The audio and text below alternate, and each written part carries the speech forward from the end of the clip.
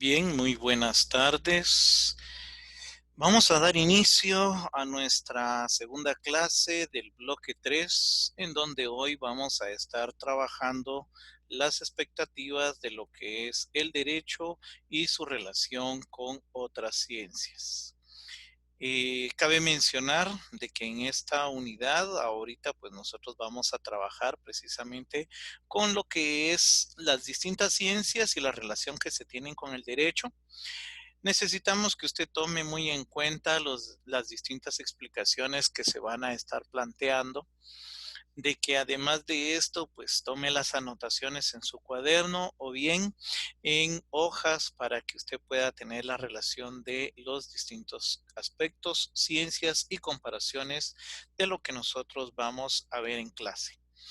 De igual forma, por favor, es necesario de que para la próxima clase pasemos asistencia antes de que iniciemos la clase y dependiendo de esto, pues así se estará dando la clase para poder determinar qué cantidad de alumnos aún siguen con nosotros, quiénes están participando. Recuérdese que ya no es necesario de que usted envíe las imágenes de lo que usted copia en su cuaderno, ya que usted mejor que nadie debe estar consciente de lo que va a copiar, va a retroalimentar y lo que va a estudiar. Este video siempre se coloca posteriormente en su Classroom, se coloca dentro del bloque cerrado de Facebook y pues siempre va a estar dentro de lo que es YouTube. Así de que usted se puede suscribir al canal en YouTube para que cuando se publique nuevamente un video, pues usted reciba la notificación de que hay una clase esperando por usted. Esperando también en Dios de que usted se encuentre bien y con salud en su casa, que no tenga ningún tipo de dificultad y que al lado de sus familias se esté resguardando y que no tenga ningún aspecto que le pueda estar afectando, ¿verdad? Sin más preámbulo, vamos a dar inicio entonces a lo que es el curso y como ya se mencionó, hoy vamos a estar tratando el tema sobre lo que es el derecho y la relación que se tiene con las distintas ciencias. Bien, dentro de las generalidades que nosotros tenemos del derecho, podemos decir que el vertiginoso desarrollo de los instrumentos de trabajo materiales e intelectuales bajo el ineludible imperio de la necesidad, el hombre ha alcanzado logros inimaginables en los diversos aspectos, ciencia, tecnología, arte, deporte, etcétera. ¿Qué quiere decir esto? El hombre se ha venido desarrollando, ha alcanzado nuevos conocimientos, ha tenido nuevas expectativas, nuevos horizontes y ha luchado por seguir adelante. En cuanto a su desarrollo moral, físico, ético, etcétera, etcétera, ¿verdad? Todo esto, pues es lo que va a venir a hacer de que el hombre tenga la necesidad de seguir avanzando en cuanto a la ciencia. Y nos dice que el vocablo ciencia viene del latín scientia, que quiere decir conocimiento. Es un conjunto de métodos y técnicas para la adquisición y organización de conocimientos sobre la estructura de un conjunto de hechos objetivos y accesibles a la observación. Quiere decir, si nosotros pudiéramos aplicar acá, recuérdese que en ciencia, para que nosotros podamos determinar que hay un método científico, nosotros tenemos una serie de pasos que debemos de cumplir para que todo lo que nosotros realicemos esté considerado como algo aceptable, como algo científicamente comprobado. Dentro de esos campos, pues tenemos la observación, la indagación, lo que es la recopilación de datos y entre otras características que se deben de cumplir para que algo se pueda conocer como ciencia y que en este caso esto sea el estudio que se va a dar en algún fenómeno. También nos hablan acerca de la aplicación de esos métodos, técnicas y conocimientos, donde nos conduce a la generación de más conocimientos objetivos en forma de predicciones concretas, cuantitativas y comprobables. Recuerde que todo lo que se estudia, pues debe tener un método, debe tener una técnica y es a base de un conocimiento previo. Pero todo esto va a tener una forma hasta cierto punto de una predicción. Se nos menciona de predicción. ¿Qué quiere decir? De una idea, de un enfoque, algo futuro, de que posteriormente se va a concretar, se va a cuantificar y se va a poder comprobar. Recordémonos que no podemos decir que algo es ciencia si nosotros no podemos comprobar lo que en ella estamos indagando. Hay varios autores que determinan lo que es la ciencia y el derecho, pero hoy vamos a tratar únicamente a dos autores. En este caso tenemos a Ferrater Mora, quien define que la ciencia es un modo de conocimiento que hasta cierto punto es áspera a formular leyes mediante lenguajes rigurosos y apropiados, leyes por medio de las cuales se rigen los fenómenos. Cuando hablamos de que una ley va a regir el fenómeno, recuérdese que nosotros como persona, como ser humano, estamos concretados a seguir normas, a seguir lineamientos, a tener siempre que ser dirigidos y que la ley sea la que nos establezca qué aspectos debemos obedecer. Si nosotros no tuviésemos leyes, entonces estaríamos a la deriva, ya que cada quien haría lo que se le diera la gana. Si aún así, teniendo leyes, en muchas ocasiones hay personas que hacen lo que se les da la gana y no respetan dichas leyes, imagínense cómo estaríamos en otras situaciones. Por ejemplo, hoy 16 se suponía que iban a circular únicamente placas, vehículos de circulación con placas que fueran pares. Sin embargo, usted pudo denotar en las noticias de que hubieron varias multas porque hubieron vehículos que se condujeron y que tenían placas impares cuando estas no podían circular, ¿verdad? O eran únicamente las pares. Entonces, vamos a esta parte de que el hombre, teniendo aún así las leyes, se desliga de las mismas y las desobedece. Entonces, es por ello que una ley debe estar representada de una forma rigurosa, debe ser apropiada a la persona a la cual va a regir y debe tener lo que son distintos medios en los cuales se debe regir. Quiere decir normas, leyes, códigos, reglamentos, entre otras características. También tenemos al otro autor, que en este caso es del Vecchio. Él, al referirse a la ciencia del derecho, se manifiesta en los siguientes términos. Por ejemplo, nos dice que ciencia del derecho tiene por objeto los sistemas particulares considerados singularmente para cada pueblo. Cuando se habla de pueblo acá no quiere decir directamente como pueblo, sino que podríamos mencionar hoy por hoy como naciones, estados, ¿verdad?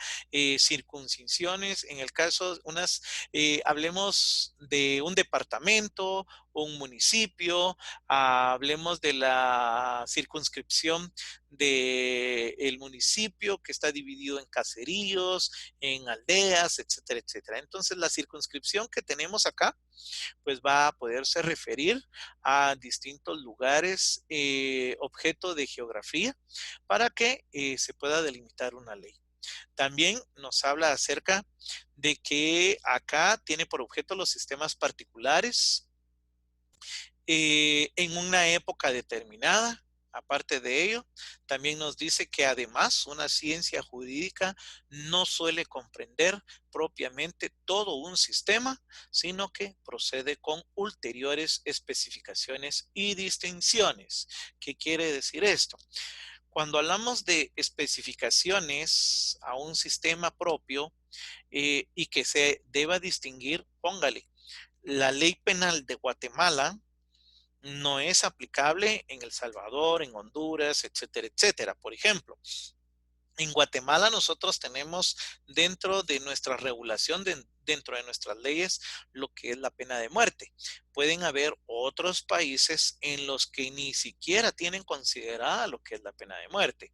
O puede ser que para nosotros la pena de muerte sea aplicable únicamente a un aspecto muy grave, que una persona haya asesinado a 10 más y que haya sido de una forma consecutiva, con saña, con enojo, y que todo esto lo vaya a representar y se le pueda indagar y se le pueda comprobar. Mientras que en otro país, solo con una persona que haya matado, en este caso que haya asesinado, con una que mató, entonces se le aplique la pena de muerte. Entonces, quiere decir que las leyes se pueden aplicar de forma general en todos los países, pero la forma, la aplicabilidad debe ser más específica y va a haber una distinción, porque puede haber la misma normativa de la pena de muerte, pero los agravantes para que ésta se dé pueden ser completamente distintas.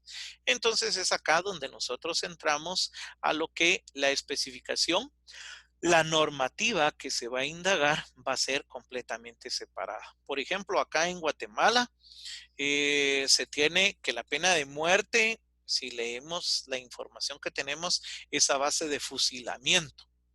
Mientras que en Estados Unidos antes era la silla eléctrica y posteriormente pasó a lo que era la inyección letal, ¿verdad? Entonces hay otros países que podrían determinarlo por fusilamiento, por la utilización de una silla eléctrica, por lo que es una inyección letal, etcétera, etcétera, ¿verdad? Entonces todo esto va a ir variando de acuerdo a la población específica. Luego vamos a tener la relación pura entre cada una de las ciencias.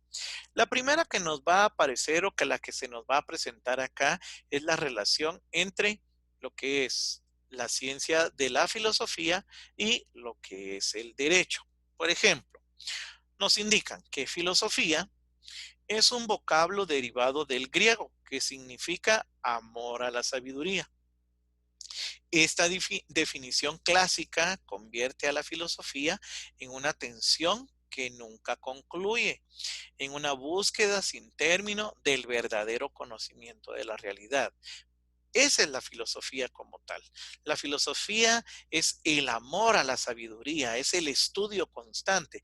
Quiere decir que esto jamás va a terminar, ¿verdad? Porque siempre la persona que sea filosófica va a estar consciente que debe de indagar más y más y más y que nunca va a poder estar satisfecho con la información que ha logrado alcanzar.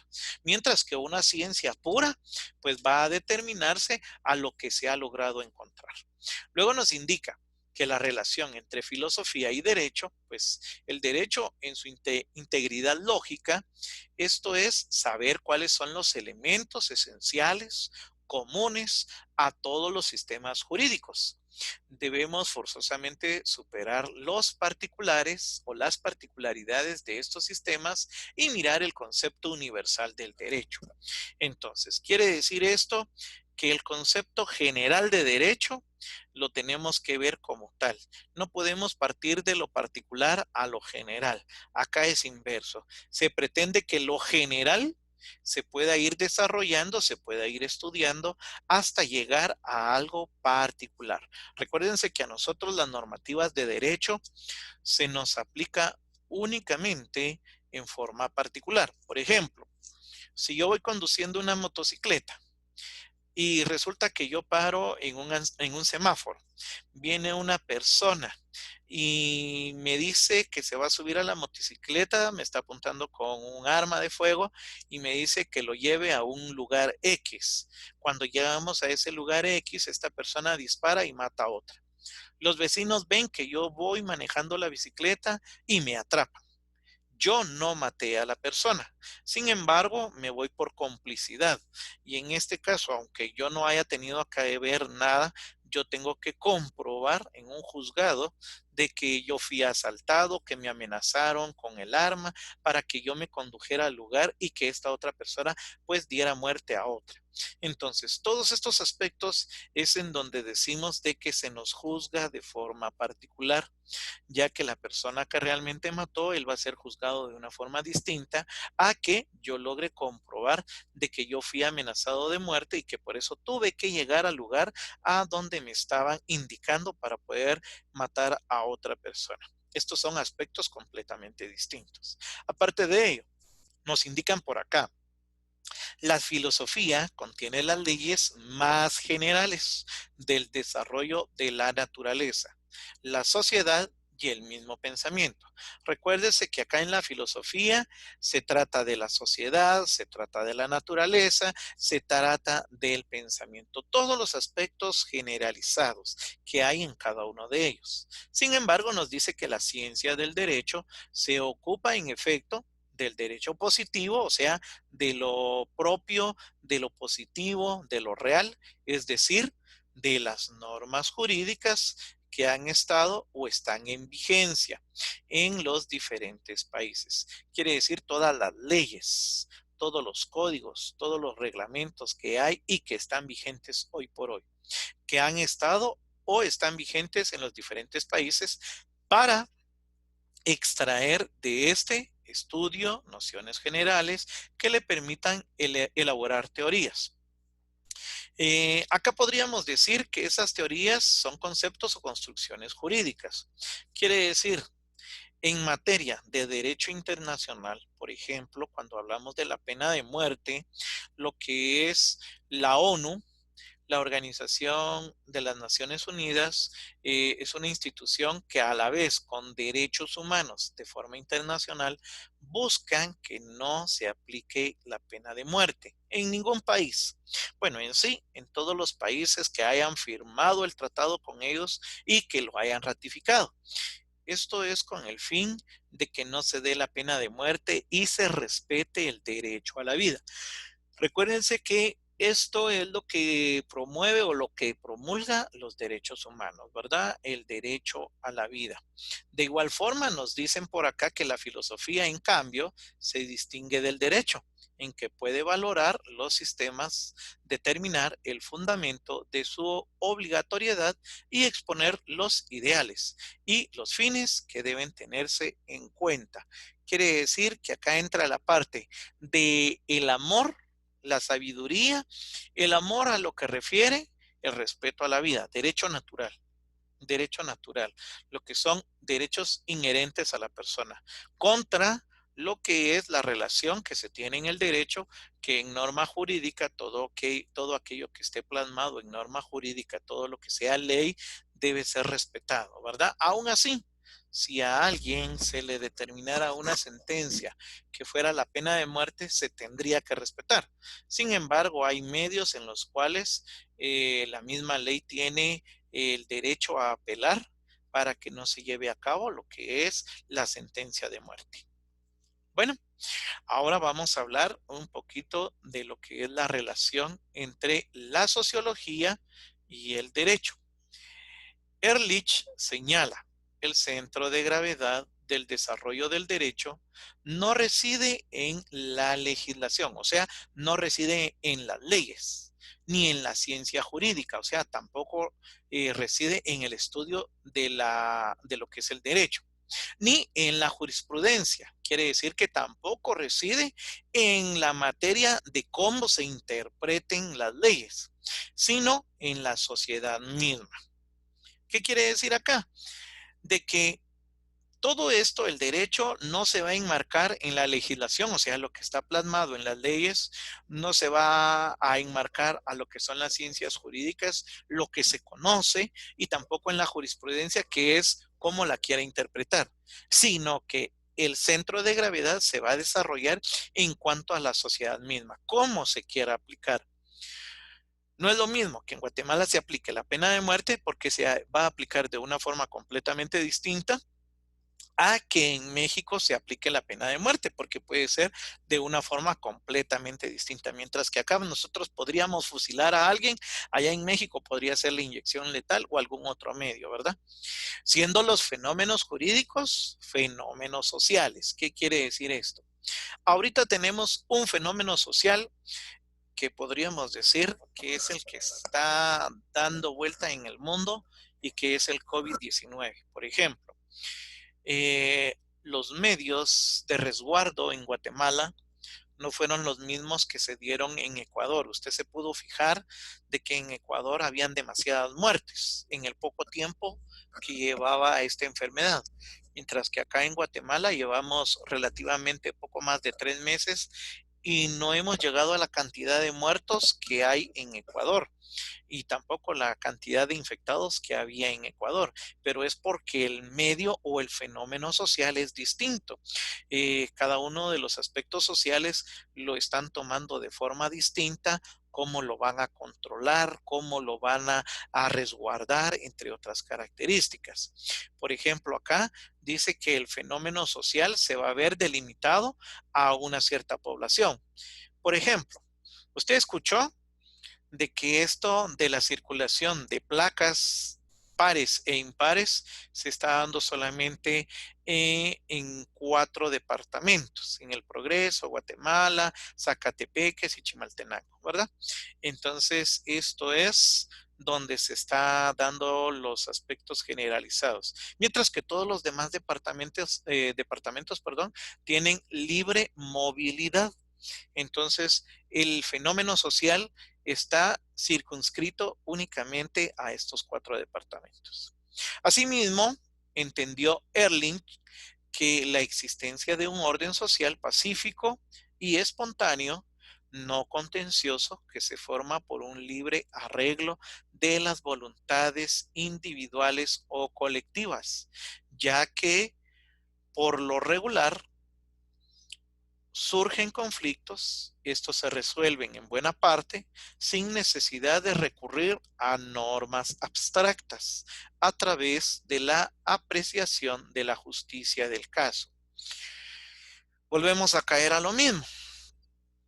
Sin necesidad de tomar normas abstractas de cómo resolver un caso, usted ha escuchado de que hay conflictos entre uno u otro municipio, que esto es por tierras, ¿verdad?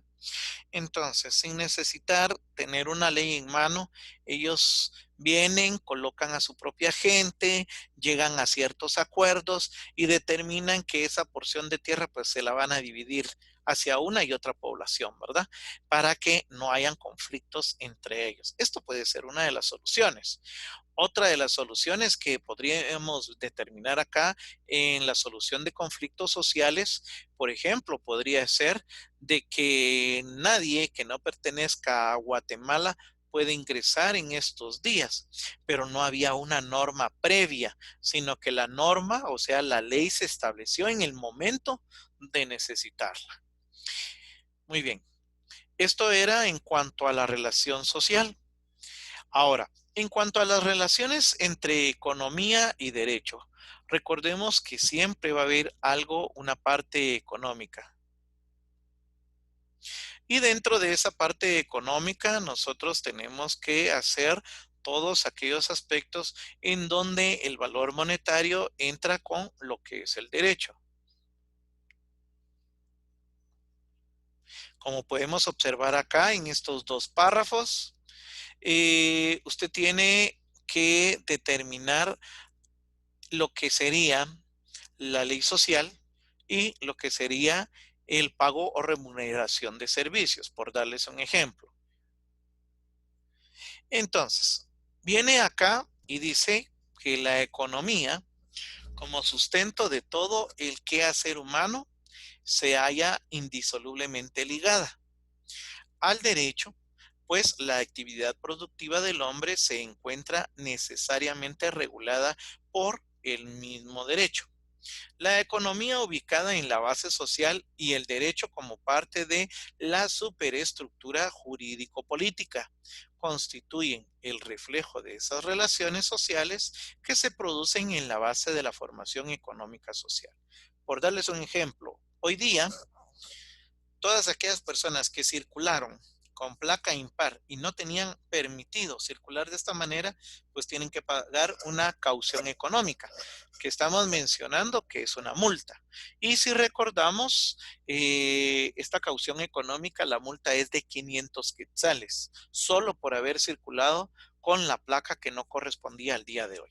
Entonces, si nos damos cuenta, se relaciona lo que es la economía con lo que es el derecho, porque se está aplicando normativa, se está aplicando ley de que no debe circular un vehículo, pero también se está aplicando la parte económica porque por el no cumplimiento debe pagar lo que es una sanción económica, que en este caso es una multa.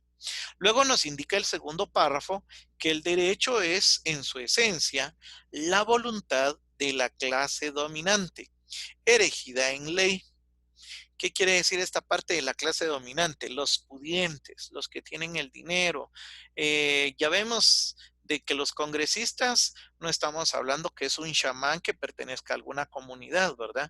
No estamos hablando que los congresistas haya sido alguien que no tuviese recursos para poderse patrocinar en un partido político, sino que acá las personas que están dentro de estos puestos altos están representados pero por todos los aspectos económicos, ¿verdad?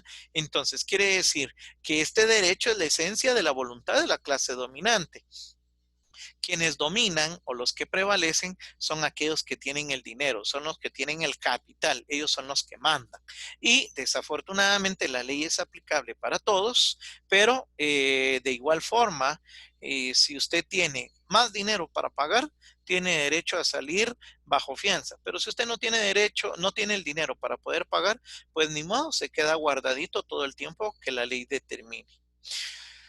De manera que el derecho siempre responderá a los intereses económicos de la clase dominante como propietario de los medios de producción, mientras que el que vende su fuerza de trabajo es vilmente explotado porque le pagan una ínfima parte de su trabajo. Cuando hablamos de ínfima, es una mínima parte de su trabajo.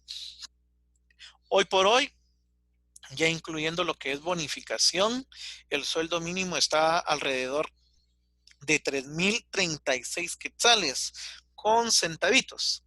Y la canasta básica está alrededor de 4,500 hacia arriba. ¿Qué quiere decir? Que el sueldo mínimo que hoy está estipulado para nosotros no nos alcanza para poder vivir. Entonces es por eso que mamá, papá y hasta hijos tienen que irse a trabajar para tener un sueldo acorde y decoroso para poder sufragar lo que es la canasta básica. Muy bien, ahora vamos a ver acerca de lo que es la relación entre ciencia política y el derecho. Solo si el poder está sometido al derecho, podemos garantizar las libertades y derechos de la persona y podemos garantizar que no se vulneran. Para favorecer esta limitación del poder, aparece la división de poderes. El poder no puede estar concentrado en un solo órgano, sino dividirse en el legislativo, en el ejecutivo y el judicial.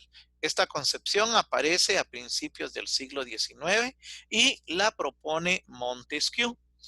En este caso, no crea que todo el derecho que nosotros manejamos acá en Guatemala es un derecho puro y propio a Guatemala. No.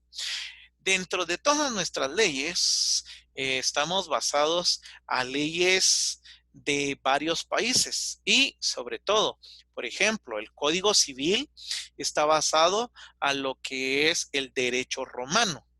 El derecho romano, pues como su nombre lo indica, en Roma la aplicabilidad de su derecho es lo que nosotros tenemos en el Código Civil. En el Código Penal, pues hemos tenido varios aspectos de distintas sociedades que se han traído a Guatemala. En el Código Laboral, pues también es una recopilación.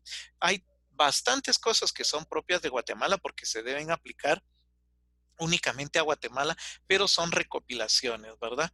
Entonces, recordémonos que nuestra nación relativamente es joven, ¿verdad? Apenas vamos a tener pocos años de independencia y apenas vamos a tener pocos años de tener nuestra Carta Magna, que en este caso la Carta Magna se creó en el año de 1985 y a partir de esta normativa, pues vienen todas las demás leyes. Quiere decir que nuestras normativas son demasiado jóvenes en cuanto a todas las demás leyes que se promulgaron a nivel internacional. Podemos mencionar entonces que, como decíamos acá, el poder no puede estar únicamente en el ejecutivo, porque imagínense, esto ya no sería democracia. No puede estar únicamente en el legislativo, porque entonces el legislativo haría y desharía en todos los aspectos que nosotros tenemos y ellos favorecerían únicamente leyes para ellos mismos. Y lo que es el judicial, solo por caerle mal a una persona nos iríamos presos, ¿verdad? Entonces tendríamos que tener mucho cuidado en esto. Pero es por eso que lo que es la ciencia política viene a dividir lo que es el derecho y los poderes en los distintos poderes del Estado. Aparte de ello, vamos a tener que la ciencia política se encuentra disolublemente ligada al derecho. No obstante, su autonomía como ciencia, pues desde sus inicios se considera como una sola. Cuando hablamos de autonomía, quiere decir de que ella sola puede funcionar. La ciencia política funciona sola y el derecho funciona solo. Sin embargo, llevan una relación cuando la determinación de poderes se enmarca en cuanto al derecho. La ciencia política es el estudio de la lucha por el poder. Derecho debido a que esa lucha que se produce en el seno de las sociedades es vinculada al derecho, debido a que el mismo es el medio por el cual la clase dominante, que ya dijimos quiénes eran, manifiesta su poder en la lucha para mantener su hegemonía, o sea, ser los ultra, ser los que manden, ¿verdad? Ellos siempre van a luchar por eso, mientras que la clase dominada lucha para alcanzarlo, pero sin el apoyo del derecho. Imagínense hoy día los que se vieron afectados. Principalmente fue la economía informal. ¿Quién tiene la economía informal? Todas las personas que han creado sus propios comercios y que han ido levantándose poco a poco. Y si bien es cierto, la economía no informal, que son las empresas grandes, también fueron afectadas. Pero ¿qué es lo que sucede? Ellos fueron solventando esto, una, determinando lo que son pérdidas, dos, despidiendo a sus trabajadores. Entonces, fueron teniendo pérdidas, pero fueron buscando la forma también de ir sacando algo como quien dice relativo, ¿verdad? Si yo voy a perder, no voy a ser el único y voy a tratar de perder lo menos que se pueda. Luego viene la relación entre historia y el derecho. Recordémonos que la historia, como dicen, si no conocemos nuestra historia, no podemos representar nuestro futuro y estamos condenados a volver a vivir lo que dentro de nuestra historia se dio. Entonces, estas dos disciplinas perfectamente diferenciadas, autónomas. Cuando hablamos autónomas, lo decíamos en la anterior, que son independientes, tienen métodos, objetos y finalidades muy diversas. La historia se ocupa del pasado. El derecho contempla un ordenamiento actual. Entonces, para poder hacer una relación entre ellas, lo que les mencionaba anteriormente, por ejemplo, el derecho romano es parte histórico, es parte del derecho que se dio allá en Roma, pero con los romanos, ¿verdad? Allá en aquel entonces se hablaba del jus imperium, el jus civile, etcétera, etcétera. Y eso es lo que hoy por hoy se maneja, pero se maneja acá en la actualidad y se aplica lo que realmente se tiene a beneficio. La historia se funda en la investigación de los hechos ocurridos. El derecho trabaja con ideas, conceptos o realidades que requieren más reflexión y análisis, que en este caso es la búsqueda de datos. La primera aspira a mostrar un panorama social caduco por el hecho de ser histórico, ¿verdad? El segundo nos exhibe un sistema normativo que rige a una comunidad humana en el presente. Por ejemplo, tenemos lo que nosotros hoy día conocemos como el derecho de la cosa. El derecho de la cosa es el derecho del objeto y el objeto es cualquier bien material o inmaterial que nosotros podamos tener. Esto desde la antigua Roma se aplicaba en el derecho romano y hoy día todavía se sigue aplicando. Tenemos acá de que tenemos la individualidad. Sin embargo, en esta aparenta contradicción se establece una unidad que le hace una totalidad coherente. ¿Por qué razón? Porque la ley histórica es la que se aplica para fomentar los aspectos del presente. Imagínese, usted podría decir, bueno, ¿yo por qué me tengo que regir al código de trabajo? Si el código de trabajo ni siquiera lo crearon en los años que yo nací, ¿verdad? Entonces, esto ya es una ley histórica. Sin embargo, se sigue aplicando. Hay artículos que se han derogado, que se han dejado de utilizar, ¿verdad? Pero usted está afecto a estas normativas. Y por último, tenemos la relación del derecho con la informática. En el caso del derecho como instrumento regulador y de control de la sociedad, se desarrolla también conforme los avances que se producen en sus relaciones sociales, de manera que no es nada nuevo que cada paso hacia el desarrollo vaya acompañado por una norma jurídica. Tampoco es extraño la influencia que los países desarrollados ejerzan para poder distribuir sus productos sin mayores obstáculos y crecer cada vez más a costa de los pueblos que no tienen oportunidad de desarrollo, al menos en la actualidad, debido fundamentalmente a la extrema pobreza de sus habitantes y al despilfarro, la corrupción de sus gobernantes, y como si esto fuera poco, a las presiones de los organismos financieros internacionales. En esta parte me voy a detener y vamos a mencionar, por ejemplo, ustedes han escuchado hoy en día de que por esto del COVID se ha detenido todo lo que es torre de tribunales. Ya no se han llevado a cabo los juicios correspondientes por cualquier situación. Y lo único que se sigue develando es el juicio de primera audiencia, que en este caso viene donde el juez escucha a la persona detenida que ha sido conducida a la torre de tribunales. Esto se debe hacer de acuerdo a la ley dentro de las 24 horas, según ley. ¿Por qué razón? Porque si no se estaría violentando uno de los derechos humanos. Y entonces pues se tendría derecho a solicitar varias cosas que en materia constitucional se encuentran. Pero resulta que acá hoy día ya se está llevando a cabo lo que se refiere a un juicio por forma virtual. Quiere decir que el juicio se lleva de esta forma, ¿verdad? Donde el juez está allá en torre de tribunales por medio de una computadora, está escuchando al abogado defensor que está allá en su casa o en su oficina, está escuchando al fiscal que está en el Ministerio Público o en su casa y está escuchando al reo que está allá, que puede ser en Fraijanes, acá en Pavón, Pavoncito, etcétera, etcétera, ¿verdad? Y de una forma virtual viene y se puede consensuar esta información y se da el seguimiento correspondiente. Y siguen actuando todos los factores que dentro de un juicio ordinario se puedan implementar. Y por último nos dice que la informática, como la ciencia del tratamiento automático de la información, establece los procesos a través de los cuales se genera la misma y cómo se producen sus efectos. Por ejemplo, ustedes, de acuerdo a la Constitución, dice que ustedes tienen derecho a la educación.